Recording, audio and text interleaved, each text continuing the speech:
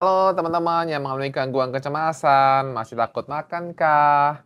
Masih takut makan telat kah? Oke, teman-teman yang masih mengalami terlalu takut makan, join yuk di YouTube ini untuk kita bahas bareng-bareng. Teman-teman, saya mau garis bawahi dulu bahwa ini adalah untuk teman-teman yang mengalami masalah dispepsia fungsional. Oke, artinya adalah masalah pencernaan atau masalah gangguan lambung yang dikarenakan masalah stres atau banyak pikiran. Kalau teman-teman lebih banyak itu lebih dominan ke arah masalah fisik atau dispepsia organik, silahkan tetap konsultasikan ke dokter. Oke ya? Nah, teman-teman, bagi teman-teman yang seringkali terlalu takut ya, jadi harus makan jam sekian gitu. Lebih dikit itu, wah nggak boleh. Atau lebih dikit dari 10 menit dah deg-degan. Aduh gimana nih, gimana nih. Nah ini yang perlu untuk diperbaiki ya, karena sebenarnya teman-teman, kalau kamu mengalami masalah asam lambungnya adalah dispepsia fungsional, sebenarnya lebih banyak dominan karena masalah di pikiran. Memang ada masalah juga di makan, oke ya, makan juga pengaruh. Nah, kalau kamu sudah mulai perbaiki makan ya, sesuai dengan petunjuk dokter, ingat ya sesuai dengan petunjuk dokter, di sini saya bukan dokter, jadi saya hanya percaya pada dokter. Jadi silahkan kamu tanyakan pada dokter yang bersangkutan, makanan apa yang boleh, makanan apa yang nggak boleh, makanan apa yang perlu dikurangi, ya. Silahkan tanyakan pada dokter lambung kamu. Ya, mereka akan mengerti lambung kamu.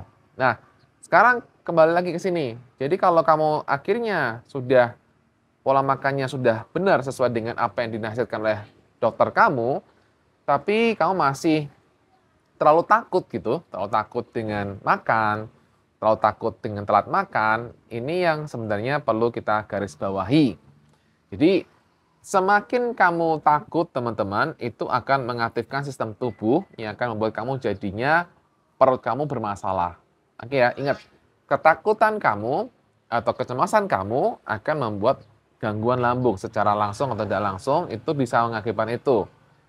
Ya, nah, sehingga ketika kamu sudah mulai mikir, "Waduh ini telat ya, aduh ini kalau ini telat." Sebenarnya kamu udah mulai mencemaskan dan itu bisa berpengaruh ke lambung, ya. Jadi ini yang perlu dipahami untuk kamu mulai berani untuk pelan-pelan membiasakan diri kamu untuk makan 3 kali sehari. Atau pelan-pelan untuk kamu mulai bertahap saja untuk tidak terlalu fokus dengan harus sekian jam makan, atau harus sekian menit, nggak boleh atau nggak boleh telat lah pokoknya sama sekali. Oke ya? Oke, memang benar ketika kita punya masalah lambung, kita akan cenderung disarankan untuk sering makan sedikit, sedikit dan sedikit. Dan yang menjadi masalah adalah kalau kamu menjadi pemikiran yang aneh-aneh. Itu yang saya masalahkan di sini teman-teman, pemikirannya. Ya, pemikiran yang aneh-aneh. Nah, ketika kamu punya masalah lambung, memang akan diperlukan proses untuk kamu bisa bisa benar-benar pulih karena memang tubuh fisik kan perlu proses untuk sembuh.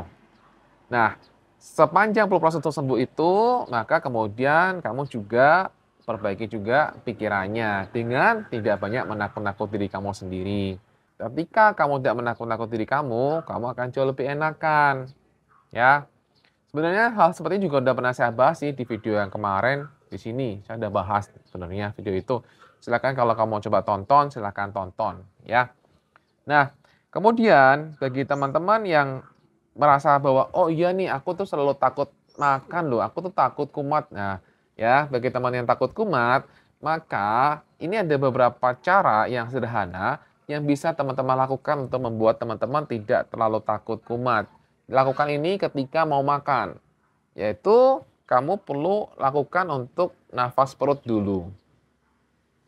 Kenapa nafas perut? Nafas perut itu akan membuat kamu jauh lebih tenang. Nafas perut itu akan membuat tubuh kamu lebih rileks, teman-teman. Ya, nafas perut selama 3 sampai 5 menit. 3 sampai 5 menit kamu silakan nafas perut. Kalau yang belum tahu nafas perut, ketika kamu tarik nafas, perutnya membesar, ketika membuskan nafas, perutnya mengecil. Dan ketika tarik nafas, perutnya besar, dada kamu nggak banyak bergerak. Ya, hanya perutnya yang maju, kemudian maju mundur tuh perutnya. Ya, itu nafas perut. Dan lakukan dengan perlahan, jangan terlalu cepat-cepat. Kemudian setelah kamu lakukan nafas perut, kamu kemudian bisa tambahkan afirmasi. Oke, makanan ini menyehatkan saya. Atau silakan berdoa juga boleh sebagai bentuk kepercayaan bahwa makanan ini menyehatkan saya.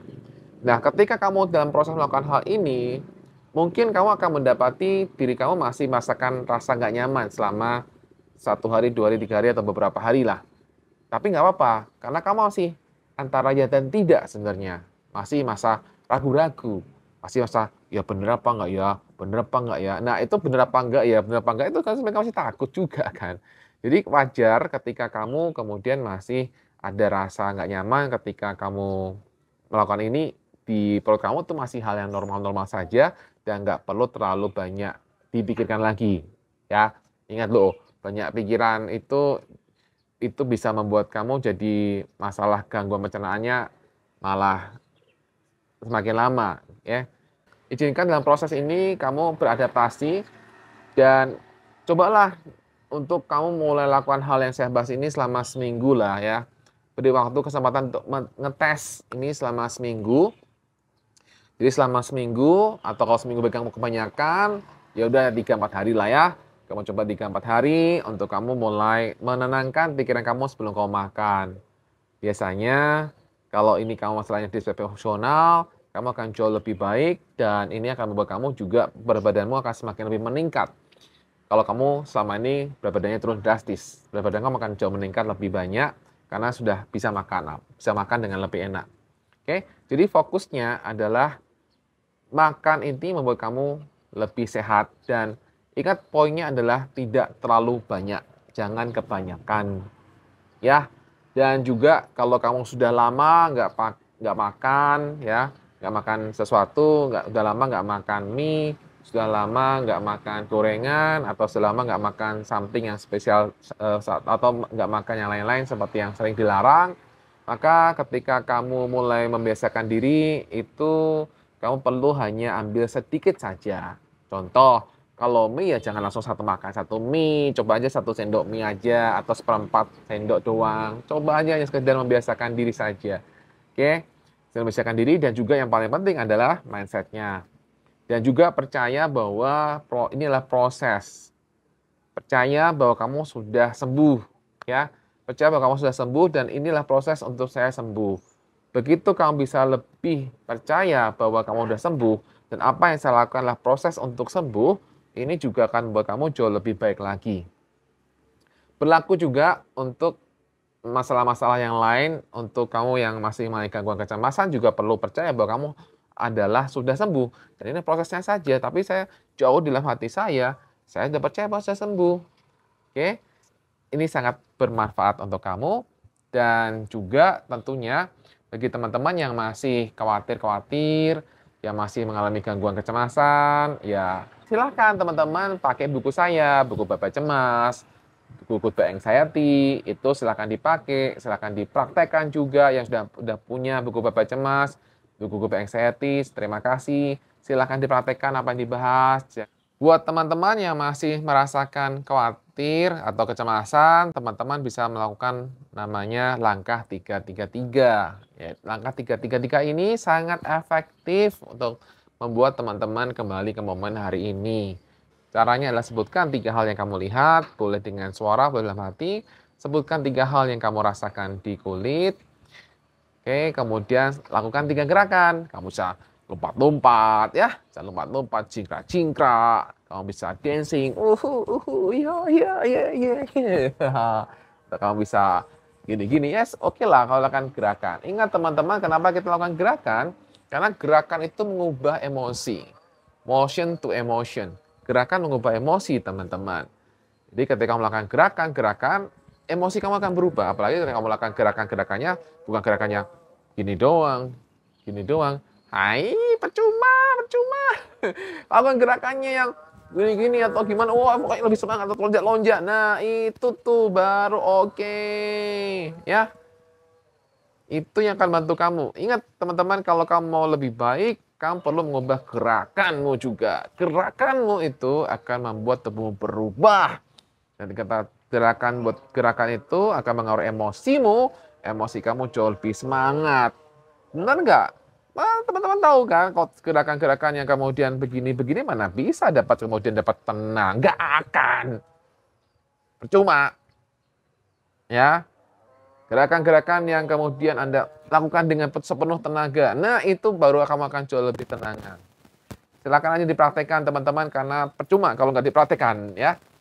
Dan ingat sekali lagi, pakai buku Bye Bye Cemas dan Goodbye Anxiety, ya. Ya, oke, demikian teman-teman apa yang saya bahas. Semoga ini bisa membantu kamu jauh lebih baik lagi ya. Dan membantu kamu jauh lebih bersemangat dalam menjalani hidup kamu kembali. Percaya bahwa kamu mudah sembuh, mudah pulih dari yang namanya gangguan kecemasan ataupun gangguan lambung.